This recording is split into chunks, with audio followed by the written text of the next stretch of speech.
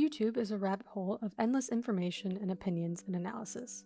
Even more niche is the film side of YouTube, and even more niche, film analysis videos, more typically categorized into film essays. And even more niche, and I promise this is the last time, video essays about film, discussing the production, historic, and analytical aspects. Let's break down some vocabulary before we get started. We'll be looking at 5 YouTube channels, all based around reviewing, analyzing, or breaking down films. We'll be looking at Implicitly Pretentious, Lessons from the Screenplay, Cosmonaut Variety Hour, Sideways, and Lindsay Ellis. For the sake of being thorough, let's define a video essay. Simply put, a video essay takes the same information typically discussed in a paper essay and transmits it through a different medium. Video essays can take many forms or focus on many different topics, the same way any type of academic essay might. But for this study, I am looking at video essays that discuss film. Furthermore, I'm going to narrow the scope even more to video essays that cover more production/story-based aspects of the films they discuss. There are different types of essays even under the specific genre of film essays, but that's a discussion for another time. You might be wondering, what are the conventions of the genre? Well, there's 4 main conventions. 1. Structure.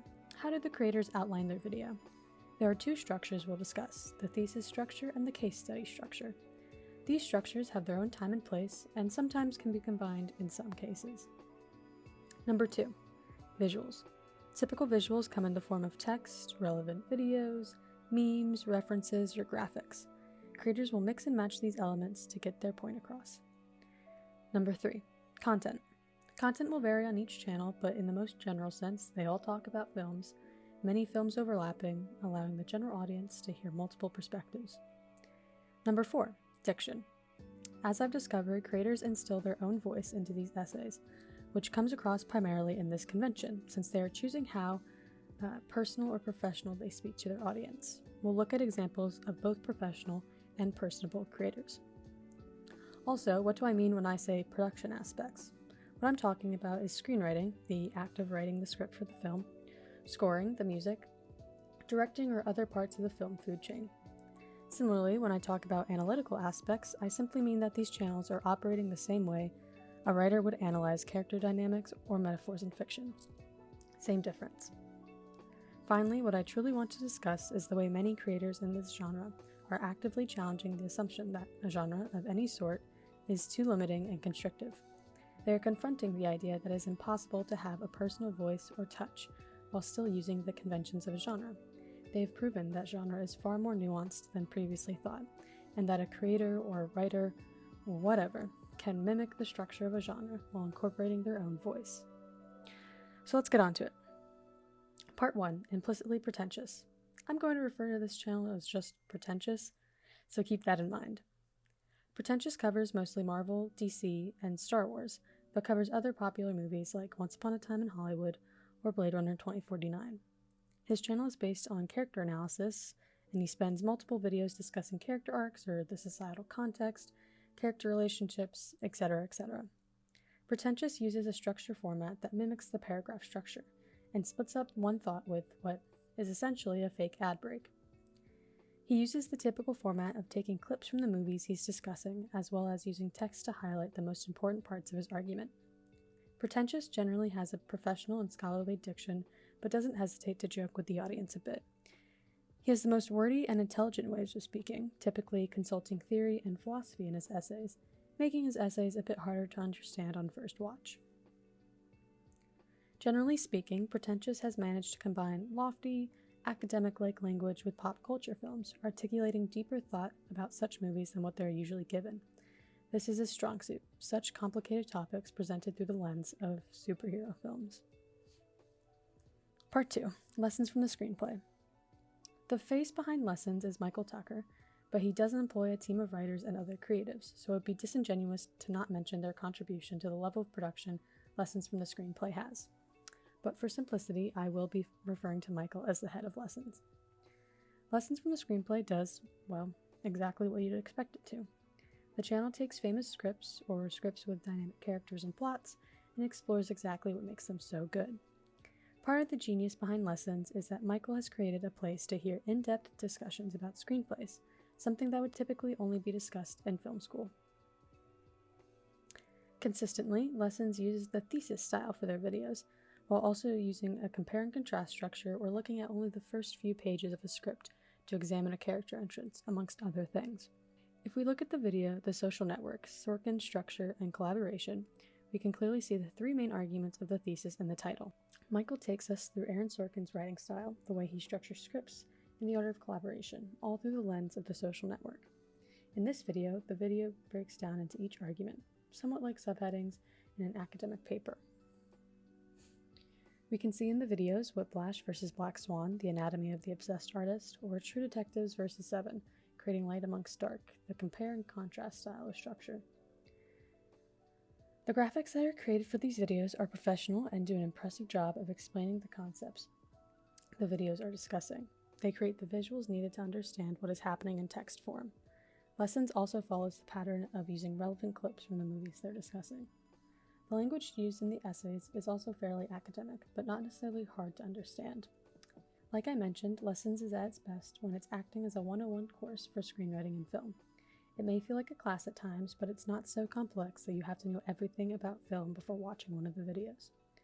Lessons makes sure to properly define even the smallest of terms. Part 3. Cosmonaut Variety Hour. Cosmonaut Variety Hour, otherwise known as Marcus, discusses and reviews popular movies. His list ranges anywhere from Star Wars to the MCU to Stranger Things and Twilight.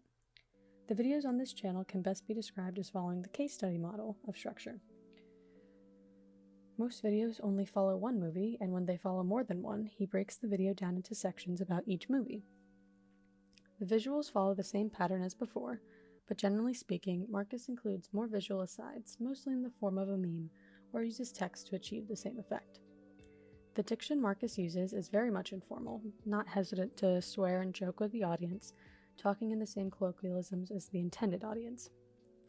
This achieves a very different effect, almost like you and Marcus are sitting around debating the strengths and weaknesses of some movie, compared to the class-like structure of the last two channels. Part 4. Sideways. Sideways is a very specific channel. The main goal of this channel is to discuss music, scoring, and vocals in films and how they reflect or influence the film. Sideways, while an interesting look into a more niche part of film, may be a bit more complicated to understand. Unlike Lessons, who is still discussing a niche part of the film process, Michael is still discussing writing, something everyone's done at some point. Sideways, on the other hand, discusses the intricacies of music theory and the practice of playing music. If you're new to film and don't know much about classical music or musical theater, Sideways may be more confusing to the average person.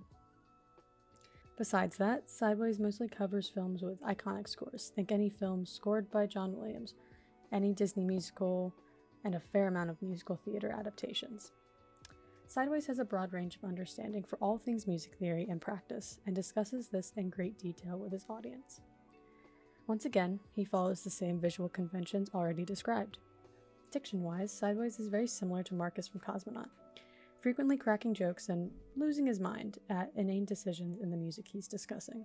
Part 5. Lindsay Ellis. Lindsay Ellis is a video essayist in the truest sense of the word. As a published author, her essays are thoroughly researched and brilliantly written. Her essays tend to last closer to the hour than 15 minutes, unlike the other channels mentioned. Lindsay's content spans all types of films, from Cats to Silence of the Lambs and Game of Thrones. The structure of her essays very much falls under the thesis structure.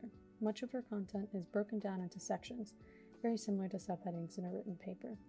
She goes into great depth about the history, the production, the meanings, honestly anything you could cover. She does in a single video. Again, Lindsay follows the same visual conventions as before. Similar to Lessons and Pretentious, her way of presenting information is typically quite intelligent and researched, but does not shy away from memes or casually conversing to the audience. Part 6. Conclusion. So after all that, what have we learned here today? Like I said at the start, these creators have managed to take these conventions like visual production, something that is almost the same across the board, but have created media that has their own voice. These creators defy the idea that conventions of a genre restrict you to a point where it's impersonal, void of the writer's personality. Looking at all the channels, these 5 different personalities that come across could make them seem completely different from each other. But in the end, they are all using the same conventions of the genre they're in, What this means for students is that we should reevaluate how we perceive writing in a genre, that we have to challenge the preconceived notion that writing can't be personal, that you can't imbue your own voice into an essay. There's always room for personality. That's the lesson these creators have taught us.